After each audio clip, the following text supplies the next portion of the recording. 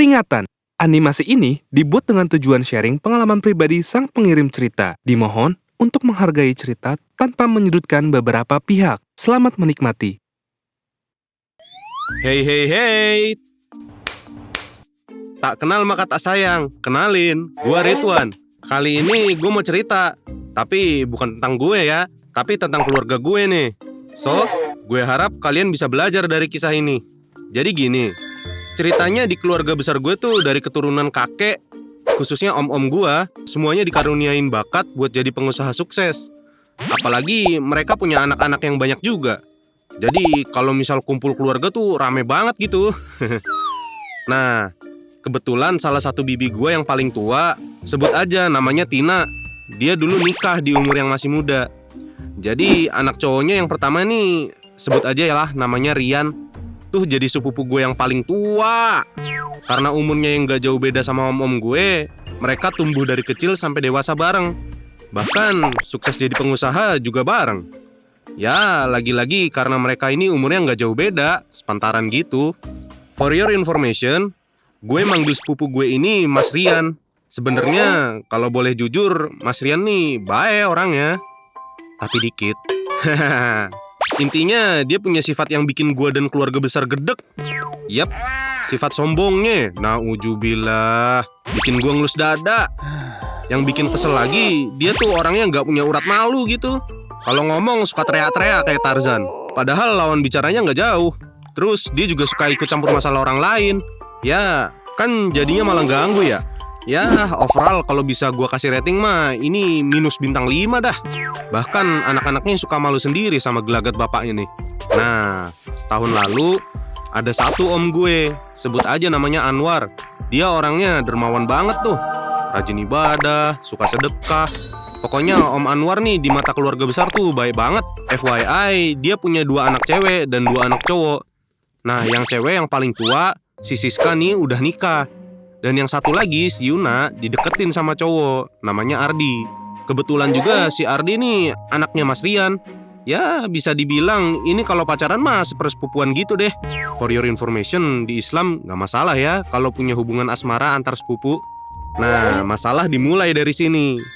Waktu itu, Om Anwar sayangnya meninggal karena sakit. Apalagi waktu itu COVID lagi tinggi-tingginya. Semua orang di keluarga besar, termasuk gua juga pun terpukul. Merasa sedih kehilangan sosok yang baik kayak dia. Sepeninggal Om Anwar, hubungan Ardi sama Yuna mulai merenggang nih. Beberapa minggu kemudian, saat lagi sholat berjamaah di masjid, kebetulan ustadz yang biasa jadi imam gak bisa datang karena harus ngisi ceramah di tempat lain. Nah, pas banget di situ ada menantunya Om Anwar, sebut aja Mas Randy. Akhirnya majulah Mas Randy sebagai imam. Di belakangnya ada Mas Rian jadi makmum. Kocaknya nih, dia ngerasa gak terima gitu diimamin. Selesai sholat, Mas Rian nih ngomong ke menantunya Om Anwar dengan suara lantang di depan orang-orang. Lu kok jadi imam sih? Lu tuh gak boleh, lu kan fasik. Kerjaan mertua lu tuh haram. Seisi masjid pada ngeliatin. Sumpah gue juga ikutan malu anjir.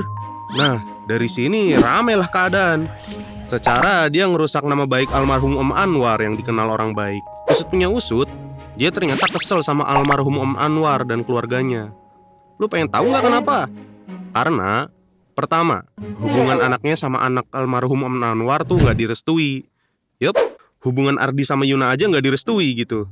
Terus karena itu juga dia jadi kehilangan kesempatan tuh buat dapetin usaha dan aset berharga dari almarhum Om Anwar.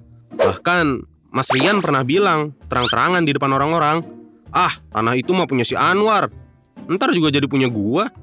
Tapi begitu almarhum meninggal, usaha sama aset-aset dia dipegang sama menantunya ini. Ya, yang memang bisa dipercaya orangnya. Jadi intinya Mas Rian nih gak terima gitu. Dia nuduh usaha almarhum Om Anwar dengan yang enggak-enggak, fitnah ini itu. Tapi ya sekeluarga besar juga udah tahu gimana busuknya mulut tuh orang.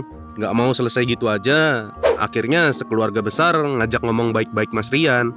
Ditegur lah supaya cepat sadar dan berhenti musik atau bahkan bicara yang enggak-enggak soal keluarga sendiri. Kita semua cuma pengen akur supaya hubungan antara sepupu dan saudara lain jadi lebih berkah gitu. Setelah Mas Rian dipanggil dan diajak ngobrol baik-baik, Mas Rian nih ternyata masih cukup keras kepala. Katanya nih, loh kok ini jadi serius ya? Itu saya cuma bercanda kok. Gak maksud apa-apa, jangan kebawa emosi ah. Terus dijawab sama om gue, sebut aja namanya Om Pino. Kalau memang niatnya bercanda, ya jangan sampai melukai hati dong. Di sini kan omongan Rian udah bikin resah banyak pihak. Mungkin kamu gak sadar, tapi banyak saudara yang merasa tersinggung, Yan. Mas Rian sempat diam sebentar. Dia kayak menahan kesal gitu. Serasa ada sesuatu yang udah lama pengen dia keluarin. Terus akhirnya dia ngomong, lagian sebetulnya si Randy kan cuma menantu, orang luar keluarga. Harusnya gak dapat jatah warisan sama sekali. Sedap. Akhirnya dia menunjukkan sendiri kebusukannya tuh. Reaksi keluarga yang dengar itu macam-macam. Ada yang emosi sampai mau lempar slime. Ada yang cuma bisa menghela napas. Ada juga yang malah malu. Kok bisa ya kepikiran kayak gitu? Om Pino yang memang lebih sabar dari yang lain akhirnya bilang, ya elah Yan, harta kagak dibawa mati. Ngapain amat pusing-pusing mikirin gituan? Nggak pantas juga kalau sama keluarga sendiri harus berselisih cuma karena harta. Akhirnya setelah kejadian itu dia nggak pernah lagi tuh datang ke kumpulan keluarga besar. Kayak ngejauh gitu. Padahal om dan bibi gue yang lain udah berusaha bikin antara keluarga almarhum Om Anwar sama Mas Rian berdamai. Tapi ya gitu dah. Bahkan menantu Om Anwar ini udah maafin dan pingin keluarga besar kita jangan ada konflik lagi. Cuma ya lagi-lagi tuh Mas Rian nggak pernah mau ngejalin silaturahmi dengan baik. Kalau ada kumpulan keluarga besar ya paling dia nyuruh anaknya buat datang. Kalau dipikir-pikir sebenarnya Mas Rian ini juga nggak semerta-merta jadi orang gagal karena masalah ini. Toh dia juga pengusaha dan usahanya tetap aja berjalan lancar. Jadi dari kisah ini gue bisa ambil pelajaran. Jangan sampai terbutakan oleh harta duniawi. Jangan sampai menghalalkan segala cara buat menjatuhkan nama orang lain, apalagi di depan umum. So, menurut kalian gimana? Kalau kalian punya cerita menarik, jangan lupa kirim ke email di bawah ini ya. Sekian dari gue, jangan lupa subscribe channel Gua Punya Cerita.